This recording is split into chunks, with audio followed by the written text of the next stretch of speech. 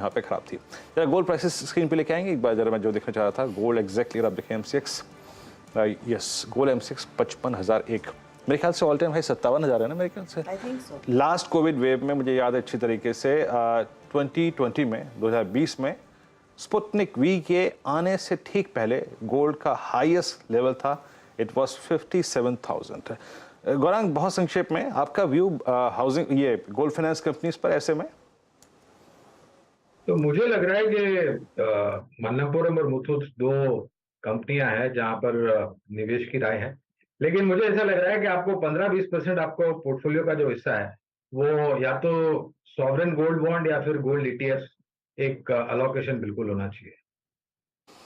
Okay, तो थोड़ा सा पैसा गोल्ड बॉन्ड या फिर गोल्ड ETF के जरिए आप निवेशित रखें, तो ऑफ कोर्स वो एसेट एलोकेशन भी थोड़ा होता है जो आपको करना चाहिए। वैसे ग्लोबली $1,800 के आसपास ही सोना ट्रेड करता हुआ दिखाई दे रहा है। अच्छा, एक अपडेट आ रहा है, हमारे प्रोड्यूसर साहब कह रहे हैं कि वायदे बैन में कुछ स्टॉक्स जो आ सकते हैं उसमें दो नाम हैं। एक तो भेल, जिसमें आज सुबह में हमारी नजर गई थी, खुला मजबूत था, इंटरडे में अच्छी खासी तेजी देखने को मिली। लेकर आइएगा भेल का शेयर प्लीज। 93% की तक की पोजीशंस यहाँ पर बनती हुई दिखाई दी हैं। और दूसरा अंबुजा सीमेंट, और अंबुजा सीमेंट पर मेरे ख्याल में एक ट्रेड था, पर अंबुजा सीमेंट में शॉर्ट का ट्रेड है, आई रिमेंबर दैट, जो मेरे ख्याल में राजेश सातपुते ने दिया था STBT के तौर पर। तो भेल और अंबुजा सीमेंट ये शायद बैन में जा सकते हैं। जो बैन से निकलेंगे बाहर उसमें PNB है, डेल्टा कॉप है और HGNFC है, क्योंकि वहां पर पोजीशंस 90% से कम होती हुई दिखाई दे रही है। तो शायद गुंजाइश है कि इन स्टॉक्स की बैन से बाहर निकलने की। एक बार आपके लिए फिर निफ्टी की चाल 18,200 के नीचे ही क्लोज होता हुआ दिखाई देगा। याद रखिए 18,207 ये टेस्ट हुआ और उसके बाद फ्री फॉल देखने को मिला है। ऊपर में आज 18,473 तक के लेवल्स देखने को मिले, तो क्रैक्स हैं। जो भी रिकवरी निफ्टी बैंक में आई थी वीरू, ऐसा समय था कि सिर्फ 500 पॉइंट तक की गिरावट देखने को मिली थी, अब वो फिर से इंटेंसिफाई होगी, 773 पॉइंट नीचे है। जी देखिए, अब आपका लीडिंग इंडिकेटर के तौर पे काम करेगा निफ्टी। पूछे क्यों? क्योंकि पहले निफ्टी ने 20 डे में तोड़ा, निफ्टी बैंक ने उसे तोड़ने में हिचकिचाहट दिखाई, बट इस इवेंट ने आज जो डेवलपमेंट हुआ उसने अब निफ्टी को एक लीडिंग इंडिकेटर बना दिया है।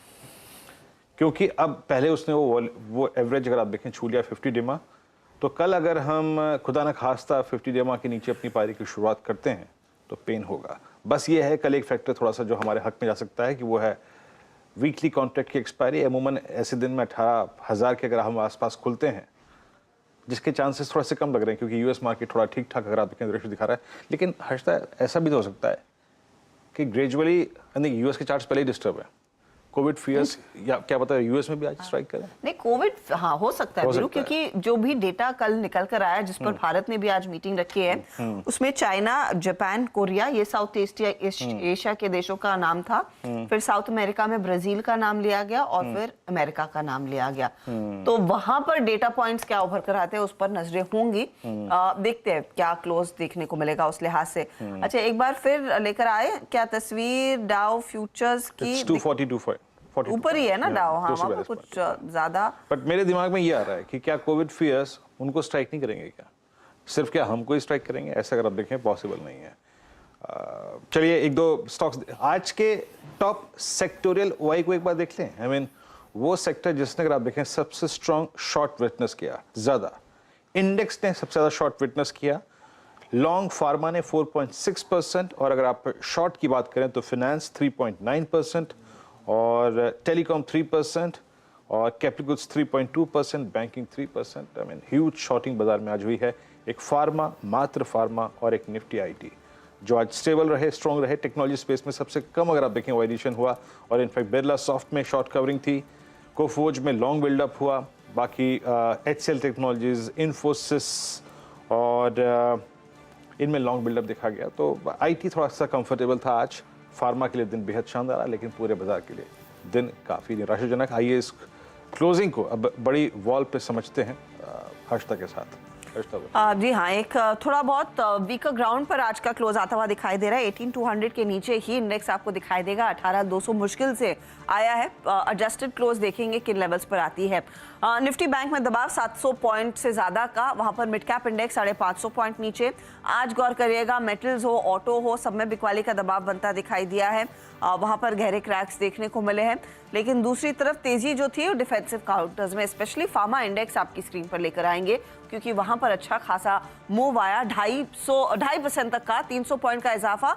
और निफ्टी का आईटी गिरते बाजार में डिफेंसिव काउंटर्स का फिर से साथ आता हुआ दिखाई दिया। लेकिन अब की बारी एफएमसीजी ने सपोर्ट नहीं किया है। एफएमसीजी में कल परसों से ही मुनाफा वसूली शुरू होने लग गई थी। 400 पॉइंट नीचे दरअसल वो इंडेक्स ट्रेड करता हुआ। मिड कैप्स में दबाव और इसी के चलते एडवांस डिक्लाइन रेशियो की तस्वीर पूरी तरह से बिगड़ी हुई। बढ़ने वाले सिर्फ 400 स्टॉक्स, 2400 से ज्यादा के गिरने वाले काउंटर्स रहे हैं। आपके सामने लेकर आते हैं हीट मैप, वहां पर साफ दिखाई देगा क्या कुछ आज सपोर्ट में था। तो डीवीज, सिप्ला, सनफार्मा के साथ साथ अपोलो हॉस्पिटल और डॉक्टर रेड्डीज, ये तेजी वाले ट्रेड्स। और फिर आईटी कंपनियों में HCL tech, tech Mahindra, TCS, Infosys रहे। विप्रो में हमने देखी थोड़ी सी सपोर्ट देखने को मिली। Bajaj Auto flat, SBI Life flat. Adani group के पोर्ट और एंटरप्राइजेस दोनों में बिकवाली का दबाव हावी। आज बैंकों में हमने देखा एक बैकफुट पर ट्रेड बना है। आईसीआईसीआई बैंक हो, इंडसइंड बैंक हो, एक्सिस हो, कोटक हो, सब में बिकवाली का दबाव। और रिलायंस इंडस्ट्रीज में भी प्रेशर बनता हुआ 1.5% तक की गिरावट। कुछ स्पेसिफिक स्टॉक्स आपकी स्क्रीन